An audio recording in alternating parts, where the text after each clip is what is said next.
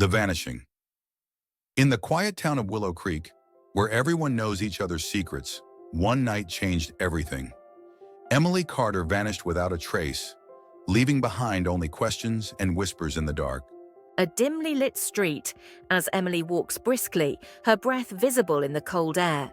The distant sound of footsteps echoes behind her.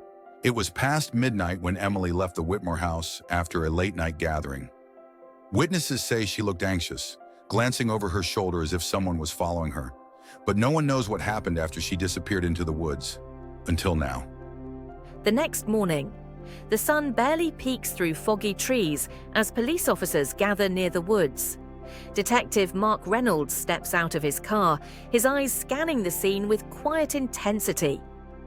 Detective Mark Reynolds had seen his share of missing persons cases, but something about this one felt different. Maybe it was the look in Emily's husband's eyes, or maybe it was the way the air seemed heavier that morning, as if the woods themselves were holding a secret. In the police station, where Ryan Carter sits across from Mark, his hands clasped tightly. His voice is calm, but his eyes betray his nerves. Ryan Carter claimed he last saw Emily around 11 p.m., arguing over something she refused to talk about. He insisted she left the party alone, but Mark had heard enough lies in his career to know when someone was hiding the truth. Mark notices faint scratches on Ryan's wrist, but Ryan pulls his sleeve down quickly. Was it guilt in Ryan's eyes, or fear of something worse?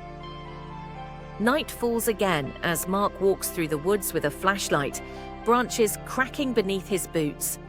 The beam of light catches something on the ground, red against the frost-covered leaves. The search led Mark deep into the woods, where the air was thick with silence. And then he saw it, a scarf soaked in blood. Emily's scarf. The cold truth gripped Mark's chest. This wasn't just a disappearance. It was something far more sinister.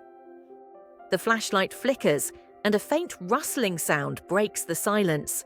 Mark spins around, but nothing's there, only shadows shifting between the trees. But Mark wasn't alone in those woods that night. Someone was watching, waiting.